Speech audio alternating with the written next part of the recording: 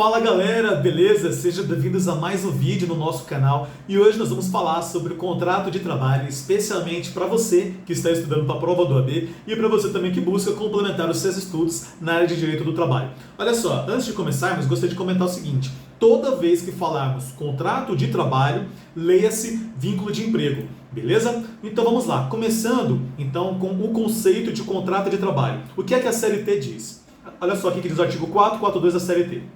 Diz o seguinte, que contrato individual de trabalho, ele é o acordo tácito ou expresso correspondente a uma relação de emprego. Legal. Então, basta que, observamos aqui agora que não há uma formalidade específica para a celebração do contrato. Ele pode ser tácito ou expresso e que é correspondente a uma relação de emprego. Legal. Mas basta que as partes celebram um acordo, então, para realizar qualquer tipo de atividade. Em outras palavras, pode o empregador contratar uma pessoa para realizar qualquer tipo de atividade que vai corresponder a uma relação de emprego, no caso, vai corresponder a um contrato de trabalho?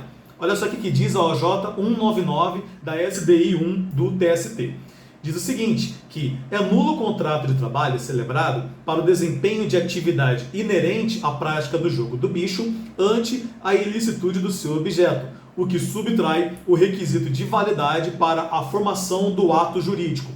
Legal, olha só. Tá, observe então que temos a junção de duas esferas do direito, duas esferas da área do direito, que é direito do trabalho e direito civil. No caso aqui do direito civil, estamos falando dos elementos essenciais para a validade do ato jurídico, do negócio jurídico. O contrato de trabalho, ele é um negócio jurídico, pois ele produz efeitos jurídicos depois. Então, quais são os elementos essenciais para a validade do negócio jurídico? Diz o artigo, vem aqui comigo, olha só. Diz aqui o artigo 104 do Código Civil que os elementos essenciais para validade do negócio jurídico são 1. Agente capaz, 2. Objeto lícito e 3. Forma prescrita ou não defesa em lei. Logo, olha só, considerando então uma atividade, uma eventual atividade, se ela for considerada ilícita, não há contrato de trabalho, ele vai ser considerado nulo, beleza? Então vemos o seguinte, o conceito do contrato de trabalho, que ele é o acordo tácito ou expresso correspondente a uma relação de emprego. E também observamos que ele deve obedecer às regras para a validade do negócio jurídico. Ok? Legal. Vamos falar agora sobre as características do contrato de trabalho. Vem aqui comigo. O contrato de trabalho, ele é um contrato de direito privado. Ou seja, por mais que as partes sejam livres para estipular, convencionar as cláusulas do contrato, essas cláusulas devem respeitar as normas de proteção mínima ao trabalhador, aquelas previstas na Constituição Federal e também na CLT. O contrato de trabalho, ele também é informal. Como vimos agora, ele não obedece uma formalidade específica, uma forma específica para a sua celebração. Ele pode ser verbal ou tácito, de acordo lá com o artigo, inclusive, 443 da CLT.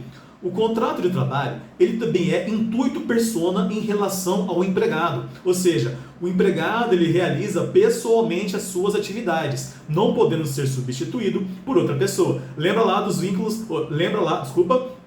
requisitos para o vínculo empregatício, que é a pessoalidade aqui configurada. Legal, prosseguindo. O contrato de trabalho, ele também é bilateral, pois ele gera obrigações e direitos para ambas as partes.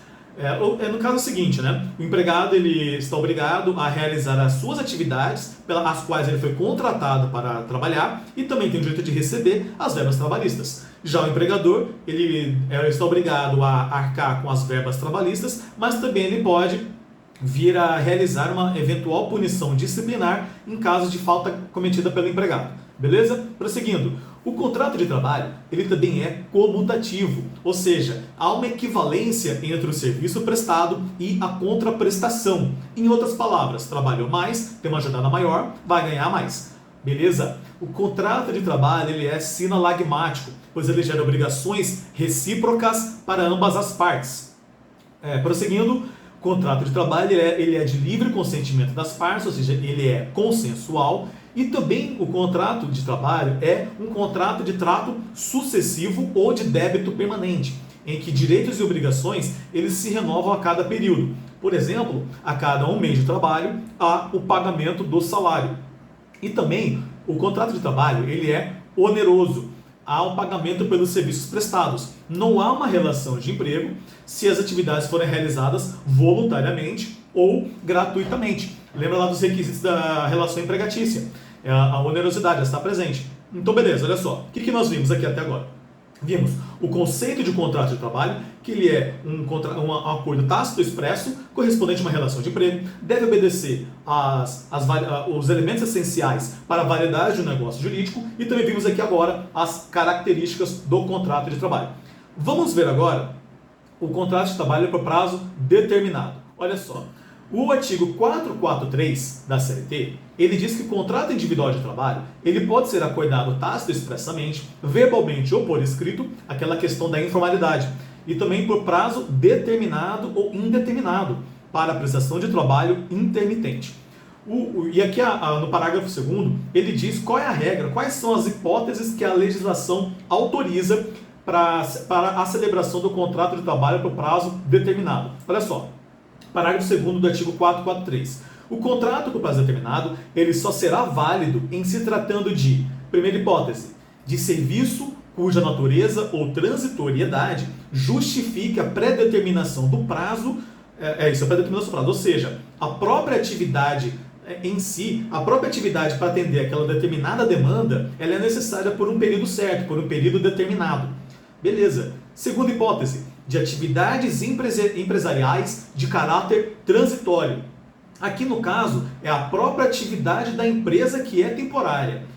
E a terceira hipótese, que é do contrato de experiência, em que é uma modalidade de contrato em que as partes irão se testar mutuamente. Legal, vem aqui. O contrato de experiência nós vamos tratar depois num bloco específico. Vamos falar de contrato de experiência e contrato de trabalho intermitente. Mas, conceituando de uma forma geral, o contrato de experiência, ele é aquele contrato em que as partes elas se testam mutuamente. Pelo lado do empregado, vamos supor, o empregado e o empregador celebram um contrato por experiência e por esse período do contrato de experiência, o empregado vai verificar se aquela empresa onde ele quer permanecer, se ele se deu bem com seus colegas de trabalho, se ele está de acordo com as normas da empresa ali impostas. E do lado do empregador é o seguinte, ele vai verificar se aquela pessoa que o empregador contratou, se ela atende às demandas, às necessidades da empresa e tudo mais. Então assim, serve para as partes se testarem mutuamente, para quando, ao final do contrato de trabalho por experiência, ou seja, quando finalizado, eles decidirem entre si se vão alterar depois para um contrato de trabalho por prazo indeterminado. Beleza? Legal. Então, vamos tratar agora do seguinte. O contrato de trabalho por prazo determinado. Qual é o prazo que as partes podem celebrar este contrato? Vamos aqui ver? Olha só. O que diz o artigo 445 da CLT? Ele diz que o contrato de trabalho por prazo determinado, ele não pode ser estipulado por mais de 2 anos, observada a regra do artigo 451. Vamos aproveitar o gancho e vamos ver o artigo 451. Olha só o que ele diz. Ele diz que o contrato de trabalho por prazo determinado, que tácita ou expressamente for prorrogado mais de uma vez, ele passará a vigorar sem determinação de prazo. Então, olha só, vimos aqui duas questões muito importantes sobre o contrato de trabalho por prazo determinado. Primeiro, o prazo máximo de 2 anos. E segundo, em que ele só pode ser renovado, ele só pode ser prorrogado uma única vez. Então, vamos supor o seguinte, que as partes elas celebram um contrato de trabalho por 2 anos. Legal. Ao final do segundo ano, lá ao final então do contrato de trabalho, as partes resolvem renovar o contrato por prazo determinado por mais 6 meses. Pode? Então, apesar da autorização, ou seja, apesar da legislação autorizar a renovação, que é uma vez, o prazo já completou todo o prazo de 2 anos. Então, nesse caso, não poderia ser renovado o contrato de trabalho. Beleza? Então, vamos pensar de uma outra forma. Vamos supor que as partes celebram, então, um contrato de 2 anos e, após 1 ano de contrato de trabalho, as partes resolvem renovar por mais 6 meses. Beleza? Beleza. Renovaram por mais 6 meses, então, o contrato de trabalho. Depois, passados 6 meses, eles resolvem, podemos renovar mais uma vez por 6 meses, que aí completa 2 anos de contrato de trabalho. Pode? Então, de acordo com o artigo 452 da CLT, só pode ser renovado uma única vez. Então, mesmo nesse caso, não poderia ser renovado, senão incidiria na configuração de um contrato de trabalho por prazo indeterminado. Beleza. Então, vamos ver agora a seguinte questão. E as partes, elas podem pôr fim ao contrato de trabalho antes da data que eles combinaram? Em outras palavras, pode a empresa demitir aquela pessoa sem justa causa? Ou também a pessoa ela pode pedir demissão quando tratamos de um contrato de trabalho por prazo determinado? Então, não há legislação, não tem previsão em lei em que obrigam as partes a permanecerem no emprego até o final. Ou seja, as partes podem sim postular o encerramento do contrato de trabalho por prazo determinado. Só que quais são os efeitos da extinção do contrato de trabalho por prazo determinado? Vamos para o lado do empregador. Se o empregador demite o empregado, o que ele está obrigado a pagar ao empregado? Vamos lá ver? Vem aqui comigo. Olha só, efeitos da extinção do contrato de trabalho a termo ou por prazo determinado. De acordo com o artigo 479 da CLT, nos contratos que tenham termo estipulado, o empregador que, sem justa causa, despedir o empregado, ele está obrigado a pagar a título de indenização e, por metade, a remuneração a que teria direito até o termo do contrato. Mas, além dessa indenização, o empregador ele também deve pagar a multa indenizatória de 40% da FGTS. Olha aqui que diz o artigo 14 do decreto 99684 de 90. No caso de contrato a termo, a rescisão antecipada sem justa causa ou com culpa recíproca equipara-se às hipóteses previstas nos parágrafos 1º e 2º do artigo 9º, respectivamente, sem prejuízo do disposto no artigo 479 da CLT. Então vamos lá. O artigo 9º já coloquei aqui só para matar a curiosidade do pessoal aí. Então, depois você dá uma lida. Beleza? Aqui fala que deve ser realizado o pagamento da multa indenizatória de 40% do FGTS. Legal. Então vem para cá. Então vimos que nesse caso o empregador ele vai, além de pagar a indenização por metade que o empregado teria direito de receber, ele também vai arcar com o pagamento da multa indenizatória de 40% do FGTS. Beleza? Então tá bom. E agora, do lado do empregado, como é que fica? O empregado ele está obrigado também a pagar alguma multa? Ele está obrigado a pagar alguma indenização para o empregador? Olha só, vem aqui comigo. O que diz o artigo 480? Havendo termo estipulado, o empregado não se poderá desligar do contrato sem justa causa, sob pena de ser obrigado a indenizar o empregador dos prejuízos que desse fato lhe resultarem. Olha só o que diz o parágrafo 1º. A indenização, porém, ela não poderá exceder aquela que teria direito o empregado em idênticas condições. Então vem cá, olha só. Da mesma forma que o empregador, quando demite o empregado sem justa causa, no caso de contrato de trabalho por prazo determinado, ele vai estar obrigado a pagar a título de indenização e por metade que o empregado receberia ao final do contrato, naquele período que falta para finalizar o contrato. O empregado também é idêntica à condição, ele vai pagar aquele mesmo valor em eventual prejuízo causado quando houver o pedido de demissão. Mas olha só, o prejuízo ele deve estar comprovado e quem deve provar esse prejuízo é a empresa. Beleza? Então legal, vamos lá então. Vamos exemplificar para melhor esclarecimento isso aqui. Vamos dar um exemplo aqui, olha só. O empregador, mediante uma proposta de remuneração mensal de R$ 1.500, ele contrata o empregado e as partes celebram, então, um contrato de trabalho por prazo determinado por um prazo de 6 meses. Legal. Então, temos aqui uma remuneração mensal de R$ 1.500. Podemos concluir, ou podemos atribuir uma expectativa de que, ao final do contrato, a pessoa receberia R$ 9.000. Essa seria a remuneração final de 6 meses, que seriam esses R$ 1.500 em 6 meses. Beleza? Legal. Então vamos lá. Acontece que 4 meses depois, o empregador encerrou o contrato de trabalho. Então como é que fica? Lembrando que o artigo 479 diz que o empregador vai estar obrigado a pagar uma indenização no valor da metade que o empregado receberia naquele período que falta para encerrar o contrato de trabalho. Então, aqui faltam quantos meses? Faltam 2 meses.